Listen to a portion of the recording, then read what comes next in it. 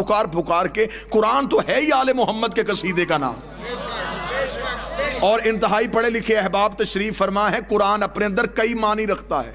اکثر بندے کہہ دیتے ہیں میں نے زندگی میں کبھی اہل علم مولانا میرے بھائی تشریف فرما ہے، میری سعادت ہے میرے اہل سنت برادران کے جید علماء کرام تشریف فرمائے، اکثر لوگ یہ سوال کر دیتے ہیں فلاں بندے نے ترجمہ غلط کیا، فلاں کا ترجمہ غلط ہے۔ میں نے کبھی نہیں کہا، میں نے کہا ہر کوئی ترجمہ ٹھیک کرتا ہے اپنی معرفت کے مطابق، ترجمہ سب ٹھیک کرتے ہیں اپنی معرفت کے مطابق۔ اس کے لیے میں اگلا جملہ معرفت کا کہنے لگا ہوں۔ قرآن ہاتھوں پہ آ کے جب کھلتا ہے نا تو قرآن قاری کا چہرہ دیکھتا ہے، جتنی معرفت ہوتی ہے اتنے معنی اگلتا ہے۔ استاد منیر نیازی کا مجھے جملہ یاد آ گیا، وہ کہا کرتے تھے قرآن کی آیتیں اتنی حسین ہیں یہ بے ضمیر چہروں سے پردہ کرتی ہیں۔ قرآن کی آیتیں اتنی حسین ہیں یہ بے ضمیر چہروں سے پردہ کرتی ہیں، چھپ جاتی ہیں، کیونکہ قرآن کہہ رہا ہے کہ میرے اندر بھی ایک چھپی ہوئی کتاب ہے۔ قرآن قاری کا چہرہ دیکھتا ہے اور پھر قرآن اس کی معرفت کے مطابق اپنے معنی اگلنا شروع کر دیتا ہے۔ جتنی وہ معرفت بڑھاتا جاتا ہے قرآن اسے اتنی ہی معرفت دیتا چلا جاتا ہے، اور بہتر ہوتا ہے کہ جب قرآن وارث سے لیا جاتا ہے تو پھر قرآن اپنے معنی کو صحیح انداز میں بہتر طریقے سے بیان کرتا ہے۔ جیسا کہ میرے بادشاہ کے سامنے ایک شخص نے آ کے کہا مولا ایک طرف آپ کہتے ہیں کہ حدیث ہے ہم سارے ہی محمد ہیں، پھر آپ میں کوئی علی کیوں، کوئی حسن کیوں، کوئی حسین کیوں، کوئی سجاد کیوں، کوئی جعفر کیوں، پھر سارے محمد کیوں نہیں، پھر یہ نام مختلف کیسے؟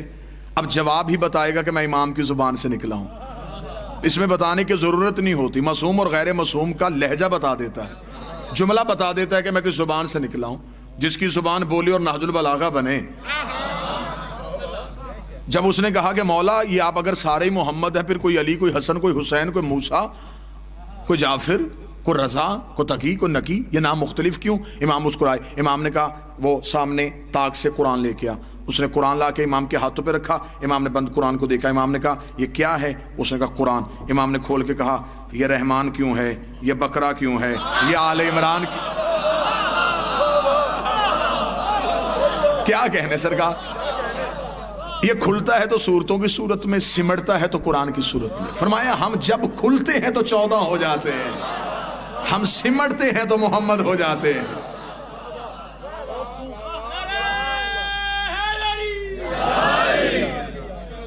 لیکن قرآن سمجھ میں تب آتا ہے، صاحبان علم قرآن سمجھ میں تب آتا ہے جب قرآن وارث سے لیا جاتا ہے۔ میرے مولا کوفے کے ممبر پہ ایک شخص نے آگے سوال کیا، اس نے کہا یا علی کل انبیاء کتنے ہیں؟ فرمایا کم و بیش لگ بھگ 1.25 لاکھ۔ اس نے کہا قرآن دعویٰ کر رہا ہے کہ میرے اندر ہر چیز کا ذکر موجود ہے، ہر خشک و تر کا ذکر موجود ہے، تو اگر قرآن کے اندر ہر چیز کا ذکر موجود ہے تو ان انبیاء کے نام قرآن میں کیوں نہیں؟ یا تو سارے نبیوں کے نام قرآن میں دکھائیے یا دعوی قرآن کو واپس لے لیجئے۔ امیر المومنین مسکرائے اور کوفے کی مسجد کے باہر ایک نیم کا درخت، جسے ہم اردو میں نیم کا درخت کہتے ہیں، اس میں ایک پھل لگا ہوتا ہے جسے اردو میں نبولی بولتے ہیں۔ امیر نے فرمایا وہ نبولی توڑ کے لے گیا، وہ نبولی توڑ کے لے کے علی نے فرمایا میرے ہاتھ پہ رکھ۔ اس نے کہا یا علی میں آپ سے پوچھ رہا ہوں کہ 1.25 لاکھ نبیوں کے نام قرآن کی کسی صورت میں دکھائیں، آپ کہہ رہے ہیں کہ نبولی میرے ہاتھ پہ رکھا۔ علی نے فرمایا اس نبولی میں تیرے سوال کا جواب ہے۔ اس نے کہا مولا سوال کا جواب کیسے؟ امیر نے فرمایا یہ کیا ہے؟ اس نے کہا نبولی۔ امام نے فرمایا اگر اسے میں تھوڑی سی ریت ہٹا کے یہیں دفن کر دوں تو یہاں سے اسی نبولی سے ایک پورا نیم کا درخت نکلے گا؟ اس نے کہا بے شک مولا نکلے گا۔ فرمایا اس کے اندر ایک پورا درخت چھپا ہوا ہے، اس کے اندر جڑ ہے، تنا ہے، پتے ہیں، دکھا۔ باہر سے تو آنا نہیں، آئے گا تو اس کے اندر سے، دکھا۔ اس نے کہا مولا ایسے نظر نہیں آئے گا جب تک زمین کے حوالے نہیں کریں گے۔ امام نے فرمایا واپس چلا جا، قرآن تب تک سمجھ میں نہیں آئے گا جب تک وارث کے حوالے نہیں۔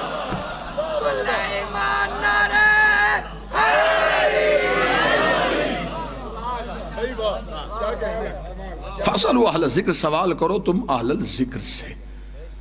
دعوی سلونی جو امیر المومنین نے کر دیا، یہ امیر المومنین نے 3 دن کی عمر میں بتا دیا کہ ہمارے ہاں معیار خلقت کیا ہے۔ یہ علم اپنی جبلت میں لے کے آئے ہیں، آسان کروں گا، انتہائی رک رک کے میں اس لیے پڑھ رہا ہوں، سامعین میرے قابل احترام ہے، اہل سنت میرے بھائی تشریف فرما ہے، رک رک کے بات ان تک پہنچے۔ یہ جو 14 ہیں ان کی فطرت میں علم ہے،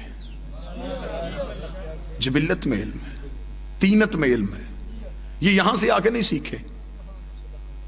زمانہ ڈھونڈ رہا ہے کہ نبی مدینے کی کس یونیورسٹی سے پڑھے تھے۔ جس نبی کا کوئی مکتب نظر میں نہیں آیا اس جاہل نے یہ کہہ دیا کہ ان پڑھ تھے، کیونکہ اس نے نبی کو یہاں کہیں پڑھتے ہوئے نہیں دیکھا، اور کہہ دیا کہ جبریل نے آ کے کہا تھا اقرا پڑھ، تو لہذا جبریل پڑھانے کے لیے آئے تھے، تو جبریل معاذ اللہ استاد پیغمبر تھے۔ اس کتنا غلط عقیدہ ہے کہ اس نے جبریل کو یہ کہتے ہوئے سنا اقرا پڑھ، اور وہ جبریل کے اس کہنے سے بھی نہیں سمجھا کہ ہمیشہ پڑھے لکھے سے کہا جاتا ہے کہ پڑھ۔ سوال تو ہمیشہ پڑھے لکھے سے کیا جاتا ہے، اقرا پڑھ۔ ان کی جبلت میں علم، اس کی میں مثال دے دیتا ہوں۔ آپ سرکار چند انڈے لے لیں، مرغی کے لے لیں، چند بطخ کے لے لیں، اسے رکھیں مرغی کے نیچے، وہ اپنی وقت معینہ تک اس کے پروں کے نیچے رہیں گے۔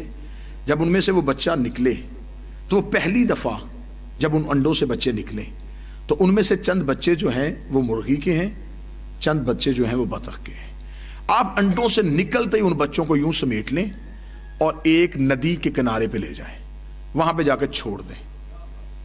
مرغی کے بچے جو ہی پانی دیکھیں گے وہ رک جائیں گے، جو بطخ کے بچے ہیں وہ چلنا شروع کر دیں گے۔ یہ ایک ہی ٹائم میں رہے، ایک پر کے نیچے رہے، پہلی مرتبہ زمانے میں آ کے اکٹھے انہوں نے آنکھ کھولی۔ یہ مرغی کے بچوں کو روکا کس نے؟ بطخ کے بچوں کو چلایا کس نے؟ اب ہمیں بتاتے ہیں کہ اس کی فطرت میں تیرنا ہے، ان کی فطرت میں تیرنا نہیں۔ یہ جو 14 ہیں یہ جبلت میں علم لے کے آئے ہیں، یہ فطرت میں علم لے کے آئے، انہوں نے زمانے سے آگے نہیں سیکھا، انہوں نے زمانے سے آگے نہیں پڑھا۔ لوگ کہتے ہیں کہ جس طرح ہم دنیا میں آئے ہیں ہماری ارتقاء کی منزلیں ہیں، ہمارے ہاں یہ ہوتا ہے کہ ہمارے ہاں نطفہ ہے، نطفے سے خون ہے، خون سے لوتھڑا ہے، لوتھڑے سے جسم ہے، جسم کے بعد بچپن ہے، بچپن کے بعد جوانی ہے، جوانی کے بعد بڑھاپا ہے، بڑھاپے کے بعد موت ہے۔ یہ ہیں ارتقاء کی منزلیں۔ 14 ان منزلوں میں نہیں آتے۔ کوئی عقیدہ میرے ساتھ ملے نہ ملے، میں اپنا حق بیان کرنے لگا ہوں، وہ ان منزلوں میں نہیں آ سکتے، وہ آ ہی نہیں سکتے ان منزلوں پہ۔ وہ تو ان کی مہربانی ہے کہ ہمیں سمجھانے کے لیے ہم جیسے بن کے آ گئے، یہ تو ان کی کرم نوازی ہے کہ وہ ہمیں سمجھانے کے لیے ہم جیسے بن کے آ گئے۔ اگر وہ اپنی اصلی حالت میں آ جاتے تو شاید زمانے کی وہی حالت ہوتی جو طور پہ موسیٰ کے ساتھیوں کی ہوئی تھی۔ یہ تو ان کا کرم تھا، یہ تو ان کا فیض تھا، یہ ہمیں سمجھانے کے لیے ہم جیسے بن کے آ گئے۔ اب جب جس نے اپنے جیسے دیکھا اس نے کہا جی بشریت کا لبادہ تھا، ہماری طرح ہاتھ ہے، ہماری طرح آنکھیں تھی، ہماری طرح کھاتے تھے، ہماری طرح پیتے تھے، ہم میں اور ان میں فرق کیا ہے؟ وہ تو ہماری طرح حقیقت میں نور تھا، باہر بشریت کا لبادہ تھا، لبادہ بشریت میں چھپا ہوا ایک نور تھا۔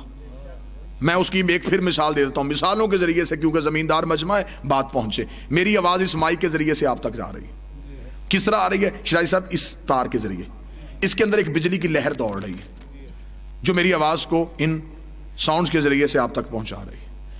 اس بجلی کی لہر کے اوپر یہ ایک پلاسٹک اور ربڑ کا کور ہے، اگر یہ کور نہ ہوتا، میں کوشش کر رہا ہوں رک رک کے اور سمجھا کے بعد، میں اسے چھو نہ سکتا۔ اس کے اندر ایک تیز لہر، ایک تیز رو ہے جو دوڑ رہی ہے۔ باہر جس نے بنائی اس نے ایک کور چڑھا دیا تاکہ انسانیت فائدہ بھی لے نقصان بھی لے۔ ہر بندہ پڑھا لکھا نہیں ہوتا، لوگ اسے ہاتھ بھی لگا لیں، فائدہ بھی لیتے رہیں، نقصان بھی نہ ہو۔ جب تک یہ ہمارے قریب رہی اس کے اوپر یہ کور رہا، لیکن یہ جو باہر کھمبوں کے اوپر ہیں ان کے اوپر کور کیوں نہیں؟ وہاں ان سے زیادہ وولٹیج ہے، کیونکہ وہاں اس کے علاوہ جانے والا کوئی نہیں۔ وہاں یہ اپنے مسکن سے آتی ہے، مسکن میں جاتی ہے، وہاں یہ اپنی اصلی حالت میں رہتی ہے۔ مثال میں نے بڑی سادہ کر کے دے دی تھی کہ شاید اس سے آگے مجھے بحث کی ضرورت نہ پڑے۔ جب تک نبی کا نور انسانیت کے قریب رہا، اس کے اوپر بشریت کا لبادہ رہا، جب اپنے مسکن پہ گیا پھر اپنی اصلی حالت میں گیا تھا، اور جبریل نے بھی پر جوڑ کے کہا تھا ایک لمحہ بھی آگے گیا تیرے نور سے پر جل جائے۔